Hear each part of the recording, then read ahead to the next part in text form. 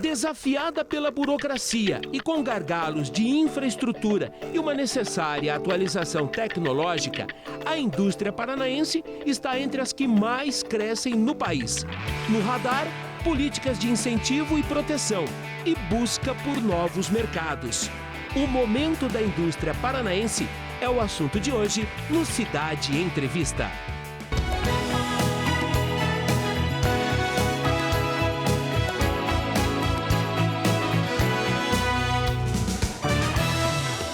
Convidado de hoje, já no estúdio do Cidade Entrevista, estamos recebendo o empresário Edson Vasconcelos, presidente da FIEP, a Federação das Indústrias do Estado do Paraná. Presidente, bom dia. Bem-vindo ao Cidade Entrevista, é um privilégio recebê-lo aqui. Bom dia, eu que me sinto lisonjeado pelo convite. Presidente, vamos estabelecer aqui uma linha do tempo? Vamos lá. O senhor assumiu em outubro. 1º de outubro. Como é que o senhor encontrou a FIEP e a indústria paranaense no dia 1º de outubro? Nós estávamos já presentes na federação há um bom tempo, né? Então já tínhamos um plano de trabalho, uma linha do tempo também nossa interna para poder aplicar em um período de tempo uma reestruturação que voltássemos a ter os empresários participando mais de conselhos e câmaras setoriais temáticas para poder não só diversificar, mas também ter uma porta de entrada para aqueles que querem colaborar. Deixa eu voltar ao seu discurso de posse. O que ainda segue como foco nesse primeiro ano de mandato, como prioridade para agora, para quem acabou de chegar e assumiu a instituição? O nosso propósito é deixar o Paraná sendo o melhor ambiente para se instalar uma indústria. Sempre nós temos a indústria buscando os novos mercados, internacionalização, outros estados, mas você escolhe o seu domicílio industrial. Então, o nosso propósito é transformar tanto uma política industrial municipal, deixar mais clara a política industrial do Estado, né? E estar sempre acompanhando essas novas políticas industriais nacionais que interferem diretamente também no nosso ambiente. A propósito, nós temos boas políticas para o setor, presidente, na semana em que o governo acabou de anunciar aí uma série de medidas para a indústria brasileira. Como é que o senhor definiria esse ambiente hoje, da perspectiva de políticas? Há uma falha. Nacional, nós dependemos muito, a indústria ela vem numa crescente no neoliberalismo, onde você tem uma política econômica mais contundente, uma política fiscal mais contundente, mas a política industrial ou a indústria ela é transformadora. A revolução industrial transformou o mundo, a per capita do mundo. Ela que derrubou governos, ela que tirou o imperialismo, ela que abriu, na verdade, o comércio mundial. Então, a indústria ela é muito ligada à questão da política macroeconômica. Um país que tem uma dificuldade muito grande de renovar o seu parque industrial, a taxa de investimento das suas máquinas está muito baixa, significa que nós não conseguimos ter competitividade por produtividade. Então, isso nos afeta muito. O Brasil ele vem numa taxa de juros muito alta, uma capacidade de investimento muito baixa. E quando nós falamos de inovação, precisamos inovar. O mundo precisa inovar, mas nós precisamos ter um nivelamento, né, das tecnologias existentes. Antes de se falar de inovação, nós temos muitas tecnologias que não estão sendo usadas. Nós temos máquinas da década de 50, década de 60, precisamos melhorar o parque, precisamos ter uma taxa de investimento muito alta e o Brasil precisa melhorar muito essa condição mínima para quem investe. Um industrial é um investidor. Sem dúvida. Por onde a gente começa esse upgrade, presidente? Um modelo, na verdade, nacional, ou, vamos dizer assim, os acordos bilaterais do mundo, eles trazem uma responsabilidade para os governos, de cuidar de nichos. Você não pode ter uma política nivelada. Um exemplo, se no Paraná, na região noroeste, a gente não cuidar do setor têxtil, do vestuário, a indústria chinesa vem e nos acaba. Então, cada caso ou cada setor precisa de um olhar específico. Perfeito. E isso também dá um ponto de reflexão sobre a reforma tributária. A reforma tributária tenta equalizar todo mundo e tratar todos da mesma forma. Se isso acontecer, nós teremos vários setores que receberão pressões externas e provavelmente sumirão. Como é que o senhor definiria a indústria paranaense, um olhar sobre a indústria paranaense? Onde estamos nesse contexto de atualização? A indústria paranaense ela é vocacionada na sua maior parte, né? Nós temos a indústria automobilística muito contundente na capital e no interior ela é muito ligada ao agro. Se você pega a matéria primária para chegar aos bens de uso e consumo em contato com o consumidor, aquela camada intermediária de maquinários que transforma a nossa indústria, os bens de capital, a maioria de fora. Então nós temos muita dificuldade de competição de bens do parque fabril, da atualização do parque fabril. E isso, um exemplo, a China trabalhou isso fazendo engenharia reversa, levando ao mundo pessoas e trazendo conhecimento e fazendo cópia puramente daquilo que importa. Não estou dizendo que seja a saída, mas pode ser talvez um ponto de reflexão. A federação tem hoje uma parceria com o Exército que faz teoricamente engenharia reversa. Eles precisam nacionalizar produtos que vêm lá de fora, por defesa, por necessidade de autonomia. Correto. E nós já temos aqui no Paraná bons exemplos de engenharia reversa, que estamos produzindo equipamentos que vinham de bens de capital que vinham de fora. A indústria paranaense ela tem esse gap. E outra, bens de capital precisam de investimento, muito investimento. A necessidade hoje de ter capacidade de investimento, uma taxa de reinvestimento é muito forte. E essa atualização tecnológica, ela necessita de atenção. Ainda dentro do raciocínio da lógica da engenharia reversa, é uma questão cultural? Como é que a gente chega ao empreendedor, ao empresário, / investidor industrial e muda essa cultura nele? Ou ele não tem onde se apoiar, ele até quer, deseja, sabe o que fazer, mas ele não tem onde se apoiar. Como é que a FIEP atua, e me perdoe, nesse limbo, nesse processo? Um exemplo, essa política nacional que vai ser lançada na semana do dia 22, ela traz um pouco esse olhar para buscar ter uma indução, vamos dizer assim, para poder melhorar essa capacidade local. Mas ela depende muito da cultura local. A região oeste do Paraná ela é muito cooperativista, coletivista, porém é base vocacionada, não vem nada de fora. Nós entendemos que ao longo do tempo nós precisamos de induções, precisamos ter a percepção do empreendedor vendo novos negócios. Mas quando você tem o setor vestuário, como tem hoje, uma capacidade imensa de produção, temos mão de obra qualificada, temos um mercado nacional muito grande. E know-how, né? E know-how. E daí temos uma competição como a Shen.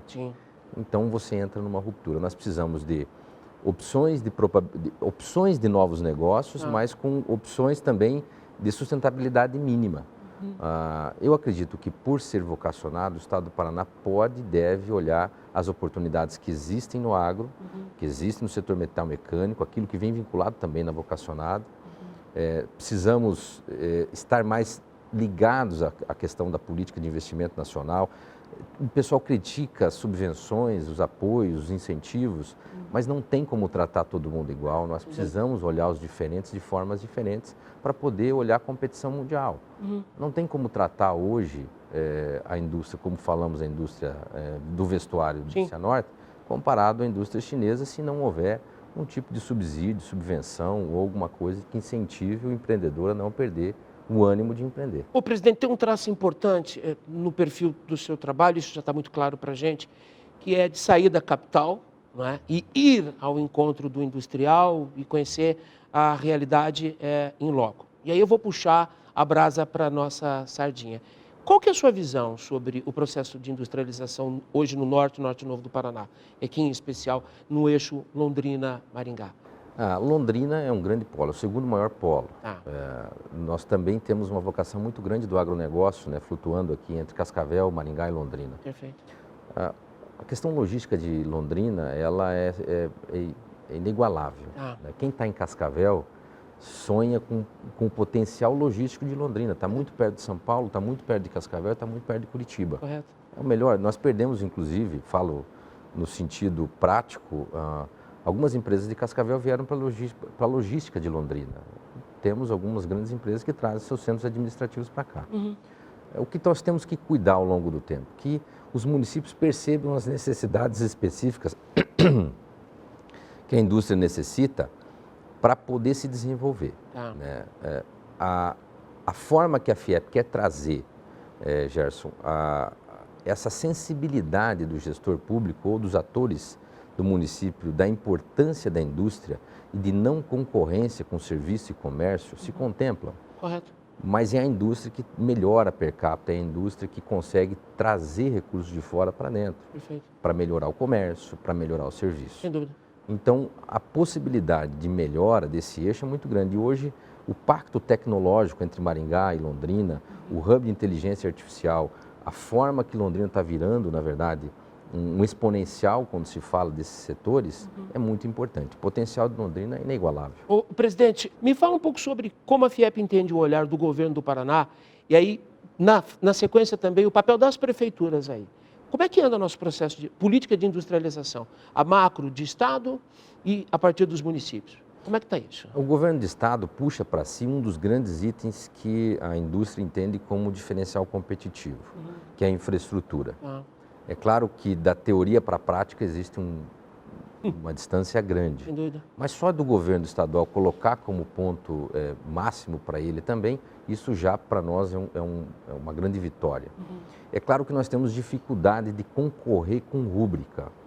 E isso, na verdade, eu não sei ao longo do tempo de que forma que houve uma falha, vício de origem, como se diz. As universidades estaduais são importantíssimas e elas foram fomentadoras lá de trás, quando nós não tínhamos no interior a possibilidade de ter o sistema educacional chegando na ponta. Perfeito. No interior, a maioria saía para estudar na capital. Nós perdíamos nossos talentos, não tinha como concorrer. Porém, hoje muda um pouco o cenário. A iniciativa privada ocupou esse espaço. E isso não é tirar a oportunidade de quem não tem condições de estudar. Mas seria muito mais fácil o governo do Estado ajudar aquele paranaense que não tem condições de acessar uma universidade, pagando um voucher, como acontece nos países do primeiro mundo, do que criando estruturas gigantes. Perfeito. E aí eu contemplo provando que o Paraná destoa do Brasil. A Universidade Federal, no contexto amplo, deveria ser da União. O Estado do Paraná trouxe para si. Sim. E hoje ele ocupa um espaço de rúbrica orçamentária na ordem de 5% do orçamento do Estado. Isso é importante. Se nós tivéssemos 5% do orçamento do Estado para infraestrutura, hoje nós teríamos o Paraná inigualável como infraestrutura. Então são prioridades, são difíceis de você concorrer. Tem que ter um pouco de equilíbrio. Nós temos agora o Fundo Paraná também, que traz um grande investimento em inovação e tecnologia. Fundamental. Vai ter de resultado esse ano próximo de 700 milhões. É fundamental. Mas talvez também teríamos que ter um olhar para níveis de investimento de infraestrutura na mesma ordem. É claro que ao longo do tempo a gente percebe que precisamos das concessões, não tem como o Estado ter o oxigênio de investimento, infraestrutura é cara, mas nós não vamos ter tudo dentro das concessões, nós vamos precisar sim de investimento. E nós precisamos que o Estado tenha uma parcela mais efetiva para a infraestrutura aeroportuária, nós temos o porto, que ele se sustenta em seus investimentos. O anel de integração, teoricamente, é base de uma concessão pública. É o Estado atuando como um papel de indutor, né? De indutor. E a infraestrutura ela tem que ser competitiva, ela tem que ser eficiente. Não adianta nós termos em todas as estradas novas, mas ela inviabiliza o setor produtivo. A propósito, presidente, a FIEP desde sempre esteve muito envolvida nesse debate em torno da modelagem do novo programa de concessão de rodovias no Paraná. Ano passado, lotes 1 e 2, daqui a pouco deve começar a cobrança, as empresas estão aí, atraímos gente nova, empresas novas para o segmento. A expectativa agora para o leilão dos lotes 3 e 6, e esse diz respeito ao Norte Novo do Paraná. Com que olhos o senhor e seu time na FIEP estão acompanhando o desdobramento desse processo? Estamos no caminho? Qual que é a sua opinião, presidente? Nós estamos um pouco atrasados, Então, a concessão findava em 2021, nós estamos em 2024. Claro que tivemos pandemia, tivemos uma eleição municipal. A preocupação desse descolamento, na realidade, da tarifa lá de 2019, 2020, vai, inclusive, trazer confusões de caro ou barato comparado a 2024. Sem dúvida. É porque o mundo mudou depois da pandemia, né? Mudou. E nós também temos uma diferença entre desconto por quilômetro rodado, que você tem uma perspectiva de ampliação de praças e de malha, e a visão que o usuário terá na praça de pedágio. Então, o desconto na praça de pedágio não necessariamente será o desconto nominal por quilômetro rodado. Perfeito. Isso provavelmente vai gerar um pouco de confusão.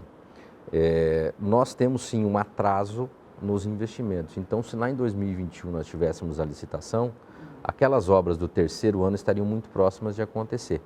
Então, licitando agora as obras do terceiro ano, nós vamos ter um atraso social muito grande. Perfeito. A necessidade de obras é fundamental. Um ponto que nós sempre atuamos foi na crítica de deixar a outorga onerosa levar dinheiros ao cofre da União e manter aqui. Então, isso foi uma grande vitória. Sem dúvida.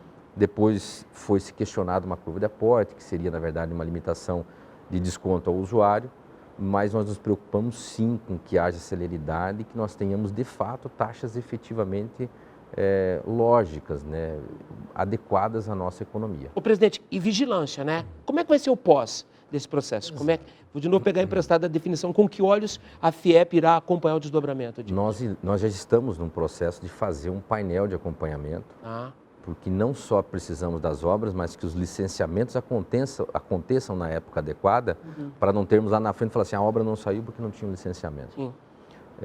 Mais do que isso, nós sabemos que todo o contrato que aconteceu durante a primeira concessão, ele poderia ser até escrito da forma correta, mas a cooptação política que aconteceu durante o processo fez todos os contratos perderem forma. Então, nós acreditamos que sim, há necessidade de ter uma vigilância, mas não é só da FIEP. Sem dúvida, é da sociedade. É da sociedade no âmbito geral. Ok. Ô, presidente, para finalizar, o fato de nós estarmos entrando, botamos o pé em ano eleitoral, de novo, mais uma eleição, e a eleição municipal que mobiliza uma quantidade enorme de energia e atenções. Isso pode ser, aspas, um problema no caminho, atrasar ainda mais o processo? Eu acredito que atrasará. Eita. Então, lote 3 e 6 foram agora para o tribunal. Esse processo de ir para o tribunal, pelo que a gente percebe, tem um tempo razoável, em torno de 3, 4 meses.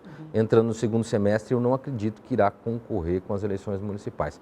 Tomara que eu esteja equivocado e que aconteçam antes das eleições ou durante o segundo semestre. Temos uma diferença muito grande de uma estrada concessionada em prestação de serviço e aquela que não é concessionada. Okay. Presidente, vamos fazer um intervalo? Daqui a pouquinho, na segunda parte do nosso programa de hoje, com Edson Vasconcelos, o presidente da FIEP, vamos ouvir a opinião do presidente sobre a reforma tributária. E aí, esse monstrengo é bom ou não para o nosso processo de industrialização? E as outras causas que têm o envolvimento da Federação das Indústrias do Estado do Paraná. O intervalo é rápido, a gente já volta, não saia daí. Até já!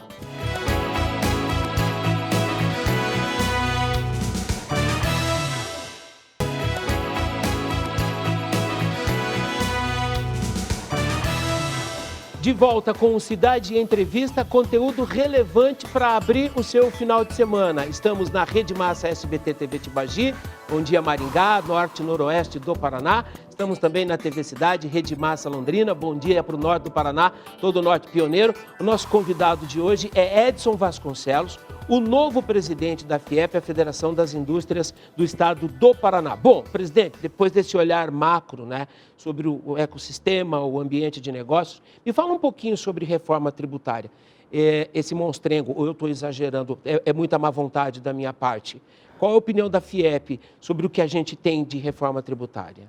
Nós sempre lutamos pela simplificação, mas a reforma ela sempre teve uma tradução clara para o setor produtivo, que não era só simplificação. É redução e simplificação. Ter uma abrangência maior de quem paga, redução da carga tributária e uma certa simplificação. O que nós percebemos é que a confiança exigida para que a simplificação viesse antes de se falar da alíquota gera bastante desconforto. Segundo que também a sociedade, não falo só o setor produtivo, mas a sociedade era ansiosa por uma reforma administrativa. Sim. E quando nós falamos de reforma administrativa, a gente tem que cuidar para não confundir a população. Não é menos escola e menos saúde. É menos congresso, é menos assembleia. É um Estado menos pesado, né? É a atividade meio menor para você ter mais capacidade de investimento na ponta. Inclusive, isso é tão mal interpretado que quando se fala de reforma, eles falam, eles querem tirar a escola da ponta. Não é isso. Nós temos que ter capacidade de entregar mais a ponta. O senhor acha que nós teremos maturidade para fazer a reforma administrativa? Ou nós fazemos ou nós quebramos. Então, e assim, já, né, presidente? Então, se você levar hoje um debate da alíquota de 27,5%, não existe, não é plausível. E tem mais um problema, como nós citamos no primeiro bloco. O mundo é equilibrado por acordos bilaterais. Correto. Você não pode tratar todos os setores da mesma forma e soltar uma alíquota lá em cima e dizer que todo mundo vai viver bem, baseado numa reforma com os olhares de quem arrecada. A reforma deixou de ser para o contribuinte. Virou, o Estado vai arrecadar mais ou vai arrecadar menos? A União vai arrecadar mais ou vai arrecadar menos? Então, virou uma reforma com olhares de arrecadação. Nós temos uma atenção muito grande porque os estados são distintos. Cada um tem uma percepção prática da reforma, quando nós falamos de alíquota. Então, nós temos que estar acompanhando e muito atentos na questão agora, no segundo pacote, que são as regulamentações e as alíquotas. Perdão, eu lhe interrompi. A reforma ficou bacana da perspectiva da indústria? É que ela não aconteceu de fato. Nós usamos um primeiro capítulo para se falar de simplificação. Uma simplificação que começou a criar pontas. Então, simplificação que não é tão simplificação, que daqui a pouco pode também ter mais um puxadinho. Então, isso nos preocupa. Mas, de fato, nós passamos uma primeira etapa, que é o sistema de simplificação. Agora, nós precisamos entender, de fato, como ficará as alíquotas, né? O que mais é caro no radar do Edson Vasconcelos enquanto presidente dessa mega entidade? Burocracia. Nós somos um Estado burocrata. Vamos dizer assim, no amadurecimento da sociedade, se percebeu que o Estado entrou numa tese se é ou não é provedor, que tamanho, que é a regulação, de que fato que a gente controla política econômica, política fiscal, né? Mas nós percebemos que a burocracia custa muito caro, ela é um entrave. Se você pegar no setor da construção civil, que é um setor da indústria, a indústria da construção civil, ela sofre muito, principalmente nas aprovações de novas obras e novos empreendimentos. Nós deixamos de ter condições de competitividade, muitas vezes da porteira para fora, pela burocracia, né? A infraestrutura e tributação é o topo da pirâmide quando a gente fala hoje de custo Brasil. Mas nós percebemos também que ao longo do tempo, agora com uma reforma tributária, outras características farão que um estado ou uma região seja atraente aos investimentos, né? Muitas vezes a própria região é um mercado consumidor, mas não é o caso teoricamente do Paraná. Nós temos do lado um país que é São Paulo, que este sim pode se transformar nessa matriz da reforma tributária, que deixa de vir a base produtiva e vai para a base de consumo. Mas aqui nós temos que nos atentar muito à infraestrutura, Gerson, porque nós temos os quinhões longe da capital, nós temos uma estrutura vocacionada com pouco valor agregado por peso. Então a infraestrutura interfere diretamente na sustentabilidade da nossa indústria. Presidente, por falar em valor agregado, a gente aprendeu a industrializar, ao invés de vender a matéria-prima, agregar valor. Como é que está esse processo? O Paraná é um exemplo disso. Nos últimos 25 anos, ele vem transformando a matéria-prima básica, né? Parte dessa plataforma da neoindustrialização que se lança agora traz o agro como tema. É a primeira, na verdade, das missões, das 6 missões. É transformar o agronegócio em agroindústria. O Paraná é um exemplo disso no país. A gente já está adiantado nesse processo. Muito adiantado. Eles falam em 50% de transformação da indústria do agro e nós já temos as cooperativas aqui com 48% de transformação. O governo tem que dar uma olhada no que a gente está fazendo aqui. Podemos ser exemplos nacionais. Sem dúvida. Onde mais? Quais outros setores vão bem, na sua opinião, presidente? Temos aqui, claro, uma questão cultural vocacionada, empreendedorismo nato, né? O Paraná tem uma diferenciação mínima por logística, por estar próximo de São Paulo, tem porto, tem acesso ao porto. Um concorrente direto hoje nosso na industrialização, que é Minas Gerais, não tem acesso a porto. Do lado bom que nós temos a questão logística, temos o povo trabalhador, temos uma questão mínima de competitividade, temos também dificuldades grandes, né? De empregabilidade. Nós temos essa dificuldade de ter um nivelamento, né, de tecnologias existentes, atuais. Correto. E esse gap de perceber que a indústria, ela na sua maioria é de pequenas e médias. Então, quando a gente tem políticas que focam muito as grandes, nós não percebemos as necessidades ou as falhas que temos de olhar os pequenos. E no fundo, os pequenos é que mantêm o equilíbrio entre crises, né? Perfeito. Existem teses que falam que quando há uma grande crise, que você tem uma dificuldade muito de empregabilidade, o alto emprego é que faz esse equilíbrio, né, dentro de uma nação. Não é diferente para a indústria. A indústria, ela se subsidia muito nas pequenas e nas médias, que muitas vezes estão conectadas com grandes, sendo subsidiárias de fornecimento para grandes indústrias. Mas a política para a pequena indústria, ela é um pouco mais complexa. Ô, presidente, na contramão da nossa preocupação em relação a potencializar a infraestrutura, na semana passada, a Rumo Logística anunciou a interrupção da operação, um ramal importante entre Londrina e Ourinhos, alegando que não tem movimento suficiente para a sustentabilidade do processo, para manter o serviço operando. O que está errado, presidente? Se o mundo afora os trilhos transportam o progresso e o desenvolvimento. Aqui a gente cessa uma operação porque não tem movimento? A pergunta talvez esteja o cliente errado. Tem que perguntar na ponta quem deixou de contratar a Rumo, por que deixou. Perfeito. Porque a Rumo pratica um preço de mercado nivelado ao preço do rodoviário. Correto. Então, nós temos sim uma falha no modelo de concessão. Se a Rumo tivesse a obrigatoriedade de ter material rodante e capacidade mínima de transporte, talvez ela tivesse que estar correndo atrás desse cliente, dando o mínimo de competitividade. No mundo ferroviário é 70% do rodoviário. No Paraná, não, é equiparado. Sim. E se você tiver uma carga que você leva do rodoviário, lá do teu centro de distribuição, você não tem que pagar um frete de curta distância para levar num terminal de carga ou do ferroviário que tem um transbordo ainda. Então, o ferroviário hoje é mais caro que o rodoviário. E ainda olhando o transit time, no exemplo da região oeste, nós demoramos 7 dias para chegar no porto. Meu Deus. Não tem como. Você comparado ainda num mundo moderno que cobra demurge, Sim. que você tem o risco ainda do atraso ou do encaixe da carga, o ferroviário vira um risco. Então, o modelo de concessão também nos preocupa. Mais do que isso, não deixaram de contratar a Rumo porque não tem carga. Eu tenho minhas dúvidas, e não vou dizer que garanto, mas provavelmente a Rumo não teve preço para concorrer com o rodoviário. Essa é uma oportunidade para a gente rever o modelo? Com certeza. A renovação que se tanto fala, antecipada da Malha Sul, ela não deveria nem ser questionada. Primeiro, faltando 36 meses para o fim de uma concessão, o interesse público é o que priva ou o que sustenta uma renovação de concessão. Você tem pouco tempo para fazer novos investimentos necessários, e aí você tem que antecipar a renovação para ter fôlego de tempo de abatimento de investimento. Não é o caso da Malha Sul. Faltando 36 meses, não há nada que em 36 meses se antecipe. Sem dúvida. Não tem projeto aprovado, não tem nada que sustente um discurso de antecipação. Na verdade, nós poderíamos antecipar, sim, uma nova licitação para 2025 ou para 2024. A Rumo, se quiser concorrer, que concorra, mas os parâmetros dessa nova concessão que são importantes. O nível de investimento tem que ser compatível com a expectativa que o Paraná tem. Sabemos que nós temos a dificuldade que na Malha Sul, Santa Catarina e Rio Grande do Sul também tiveram o mesmo fim que aconteceu aqui de Ourinhos a Londrina. Sim. Foram deixando de ser atrativos ao investimento de material rodante. Se você entender como funciona a lógica de quem opera, eles pegam o material rodante e colocam aonde tem mais lucratividade. Sem dúvida. Então, tem alguns locais que para eles não interessa, na verdade, eles não vão ter markup de preço.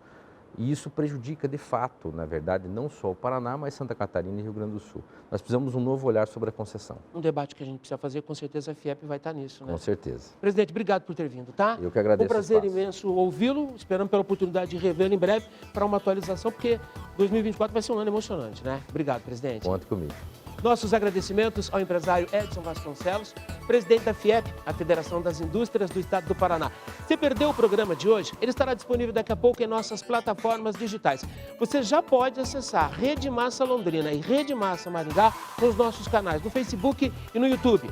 Eu e o presidente da FIEP desejamos a todos um excelente final de semana. Com saúde e segurança, até sábado, gente. Tchau.